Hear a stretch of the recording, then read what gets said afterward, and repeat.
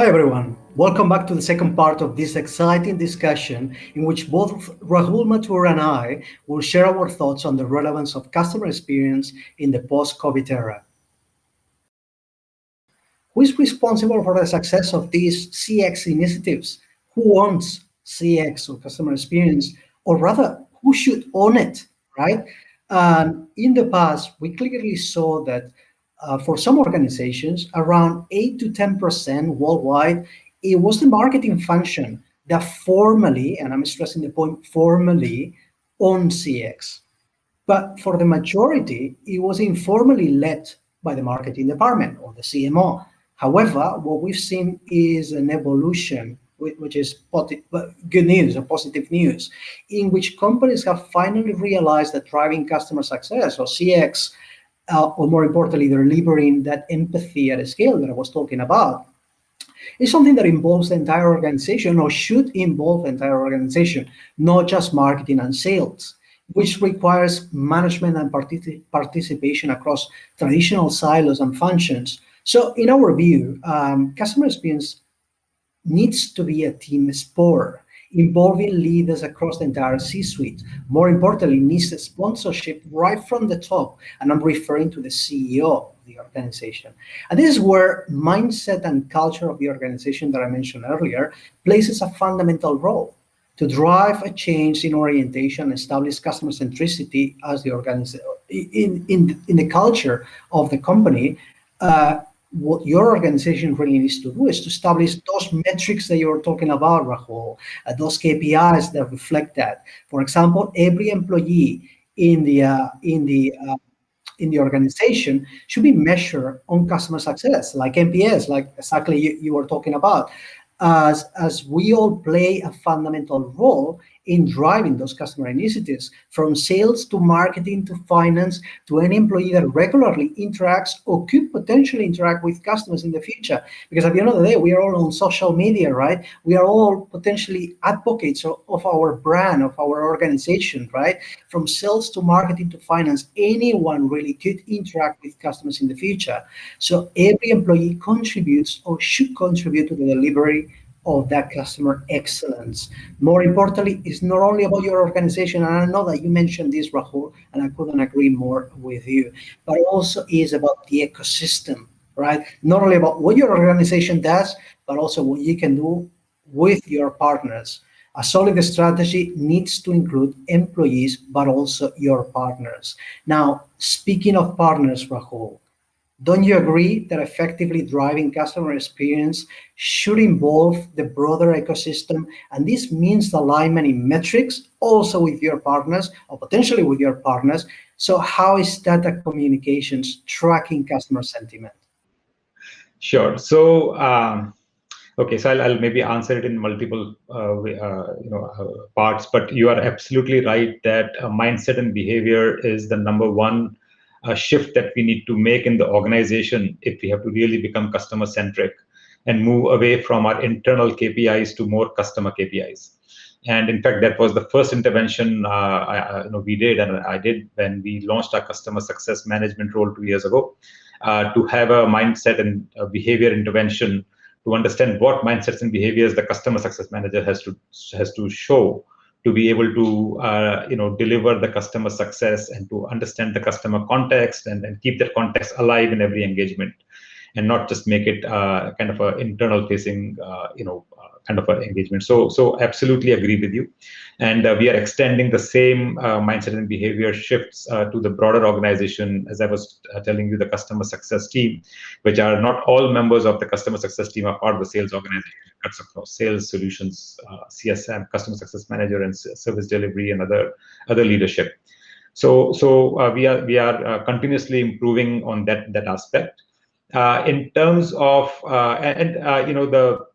the overall engagement and the sponsorship, as I said, NPS is a corporate level objective for us, which means every single function owns it, and every single function, every single employee's KRA has NPS as part of it because it's a corporate imperative in that sense, right? And it has a full sponsorship from our CEO and the C-suite completely signed on to the NPS and improving the customer experience, because we know, especially in our technology world where things are moving so fast, if we are not relating to our customers, if we don't understand their context, if we are not empathetic to their requirement, the things can change very fast for us.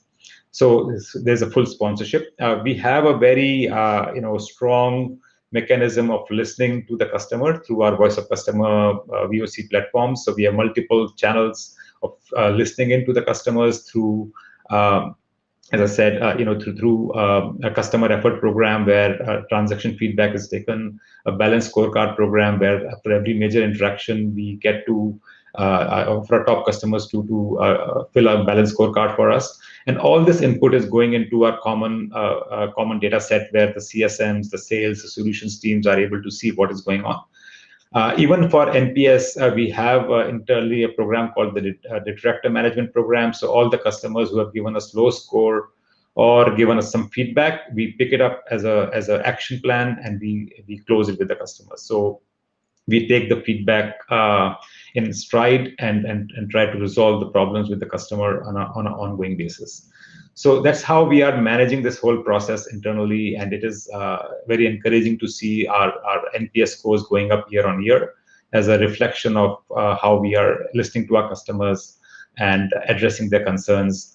The other thing that it does is it also gives us a huge input into the new product, services, new features that the customers want, and that goes into our product development funnel as well. So it's a fairly rounded, program that we run in terms of voice of customer to address multiple things, and it has full sponsorship from the top.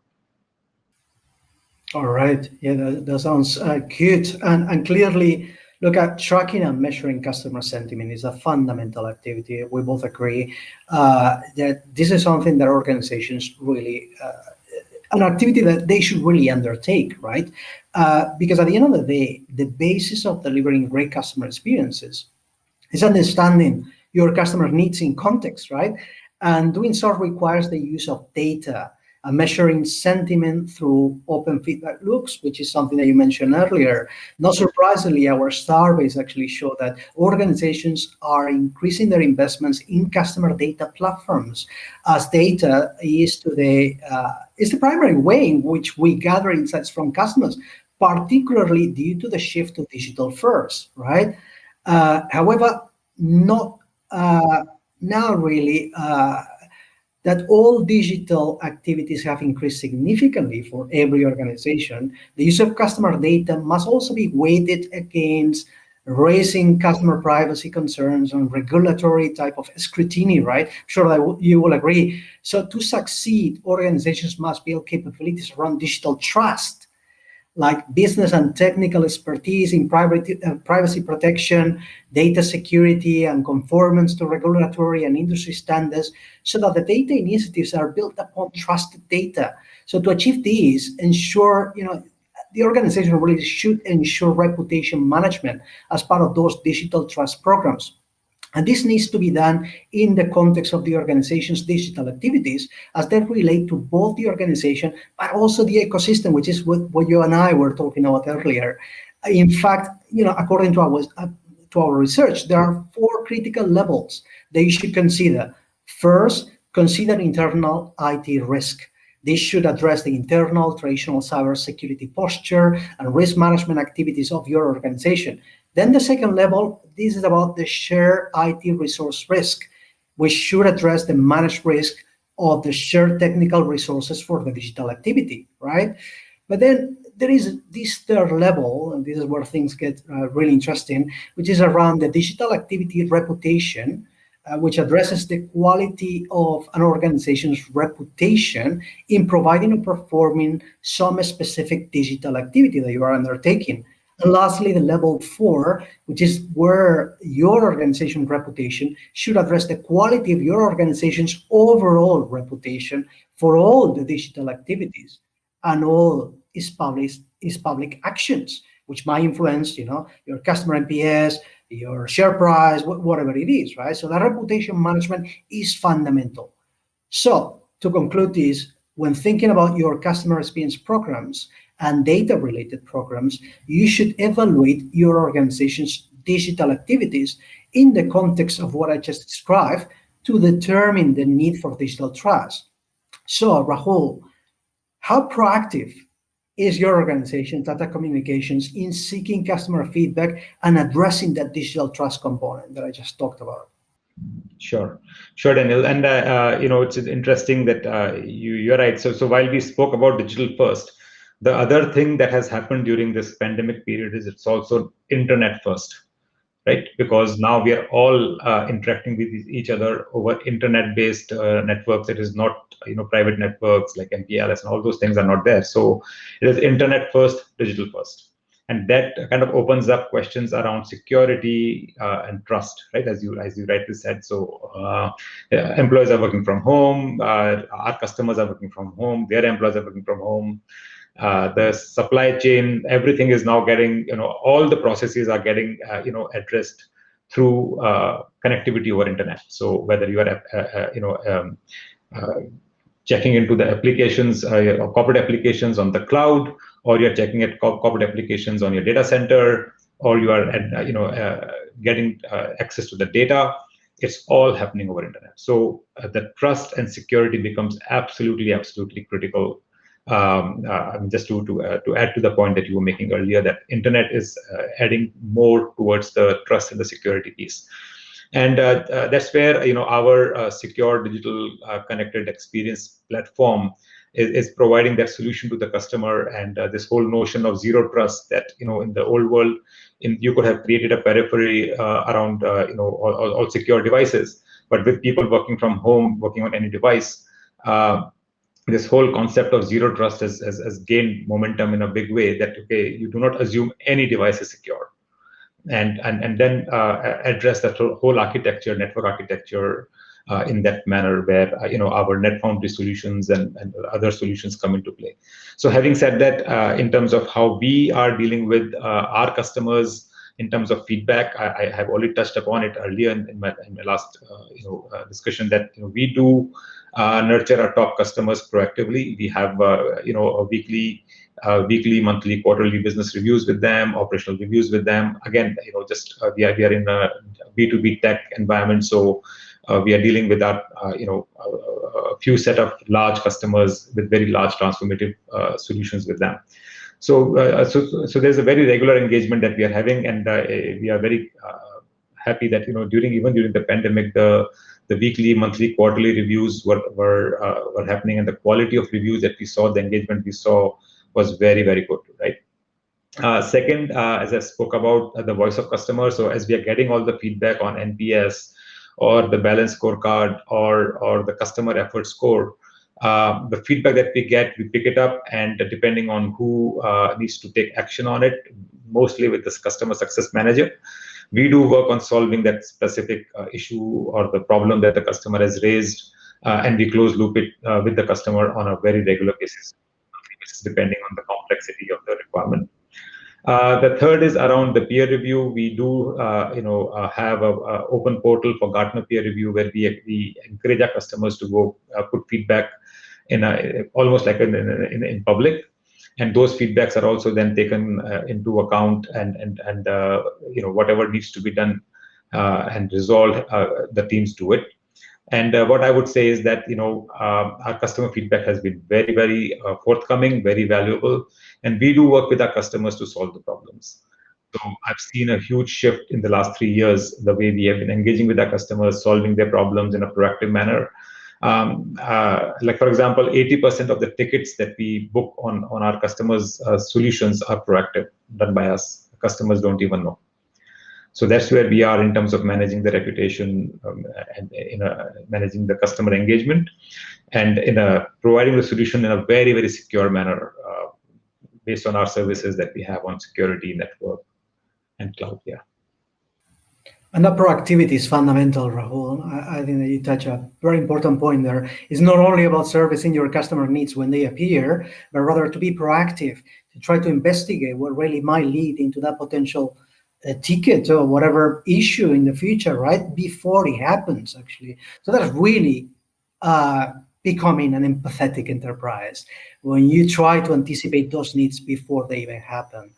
Okay, so we don't have a lot of time left, so let me just recap very quickly.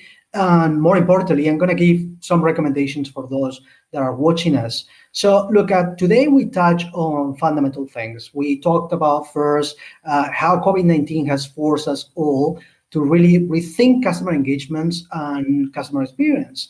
Second, we talked about the key challenges that companies are facing in their customer journeys.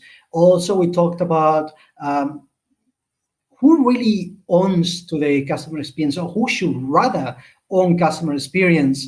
And then, of course, lastly, we talked about how to effectively manage your CX reputation as part of your digital trust programs. Of course, all of that together with the insights provided by Rahul Mathur as well.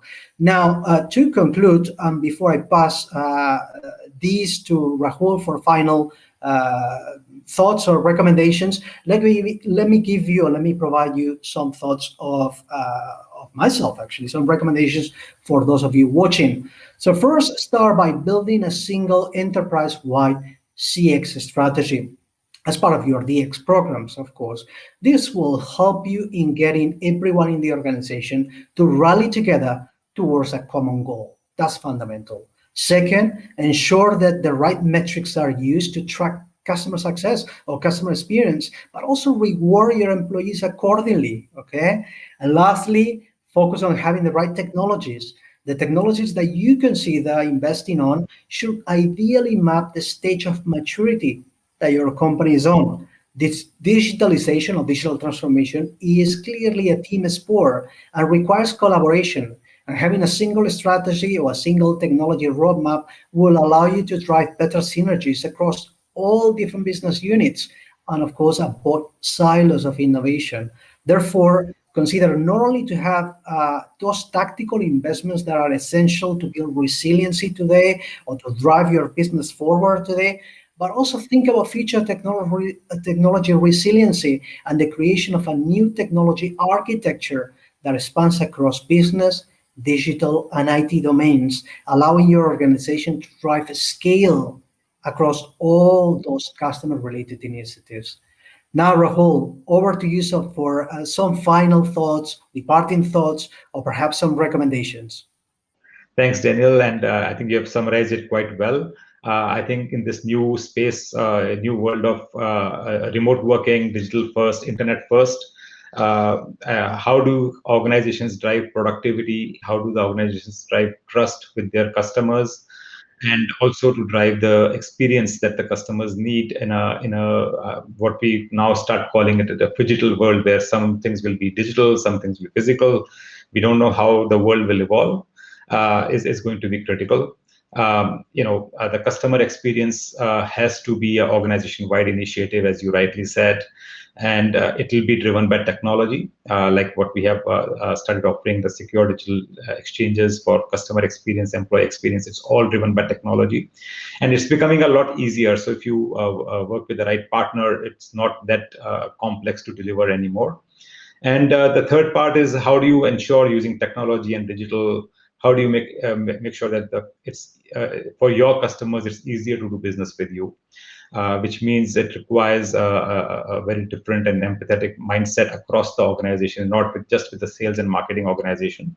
And it also requires us to have a mindset of simplifying the customer engagement processes so that it's easier for the customer to engage with us through digital or physical channels. So with that, I would like to thank everyone for watching this webinar. Thanks, Daniel, for your insights. Very, very sure. Valuable. Thank you very much, Rahul, also for being part of this. I hope that this was useful to everyone watching us today.